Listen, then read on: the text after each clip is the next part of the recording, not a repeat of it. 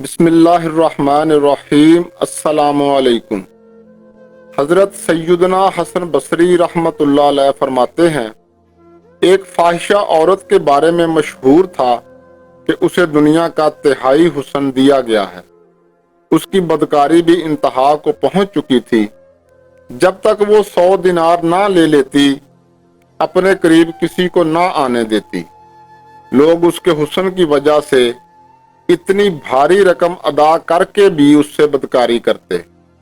ایک مرتبہ ایک عابد کی اس عورت پر اچانک نظر پڑ گئی۔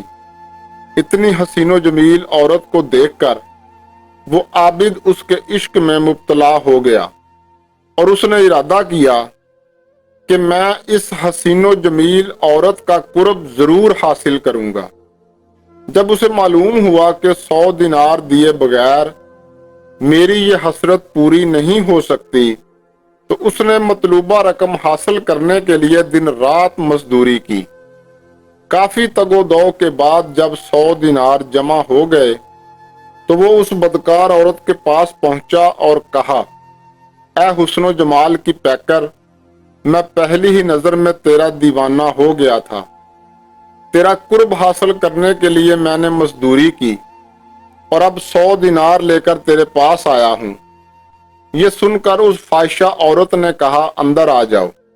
جب وہ عابد کمرے میں داخل ہوا تو دیکھا کہ وہ حسین و جمیل عورت سونے کے تخت پر بیٹھی ہے۔ اس نے عابد سے کہا، میرے قریب آؤ اور اپنی دیرینہ خواہش پوری کر لو۔ میں حاضر ہوں، میرے قریب آؤ۔ وہ عابد بے تاب ہو کر اس کی طرف بڑھا اور اس کے قریب تخت پر جا بیٹھا۔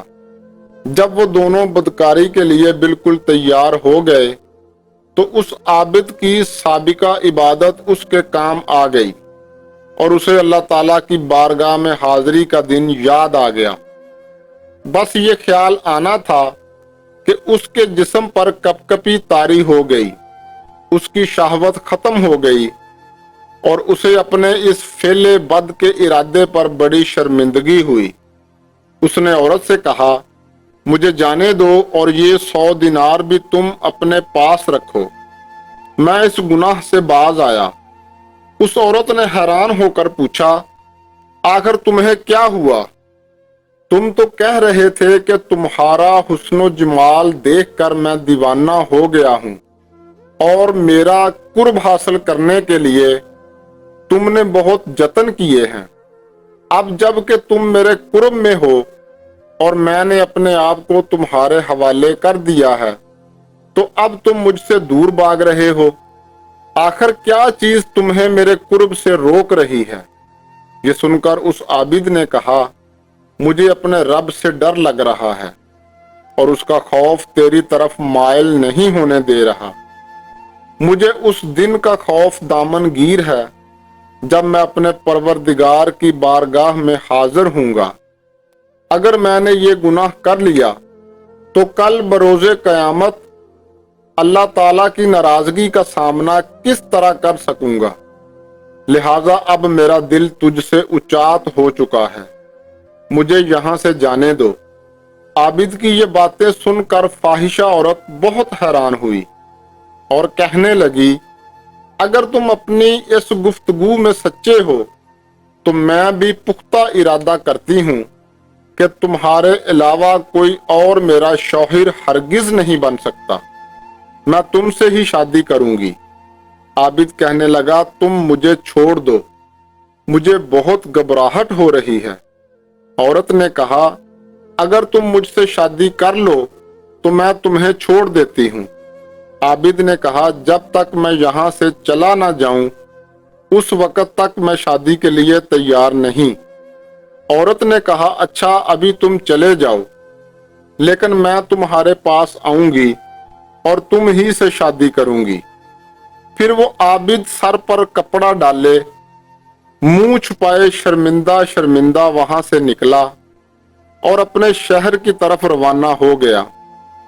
فاحشہ عورت کے دل میں اس عابد کی باتیں اثر کر چکی تھیں، چنانچہ اس نے اپنے تمام سابقہ گناہوں سے توبہ کر لی۔ پھر اس نے اپنے شہر کو خیر باد کہا اور اس عابد کے بارے میں پوچھتی پوچھتی بالآخر اس کے گھر پہنچ گئی۔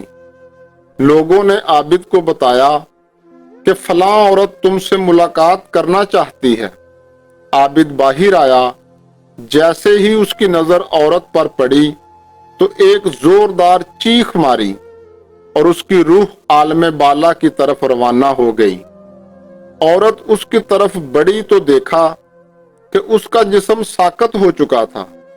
وہ بہت زیادہ غمزدہ ہوئی اور اس نے لوگوں سے پوچھا، کیا اس کا کوئی قریبی رشتہ دار ہے؟ لوگوں نے کہا، ہاں، اس کا ایک بھائی ہے لیکن وہ بہت غریب ہے۔ یہ سن کر اس عورت نے کہا، میں تو اس نیک عابد سے شادی کرنا چاہتی تھی، لیکن یہ تو دنیا سے رخصت ہو گیا۔ اب میں اس کی محبت میں اس کے بھائی سے شادی کروں گی۔ چنانچہ اس عورت اور عابد کے بھائی کی شادی ہو گئی۔ اللہ تعالیٰ نے انہیں نیک و صالح اولاد عطا فرمائی اور ان کے ہاں 7 بیٹے ہوئے جو سب کے سب اپنے زمانے کے مشہور ولی بنے۔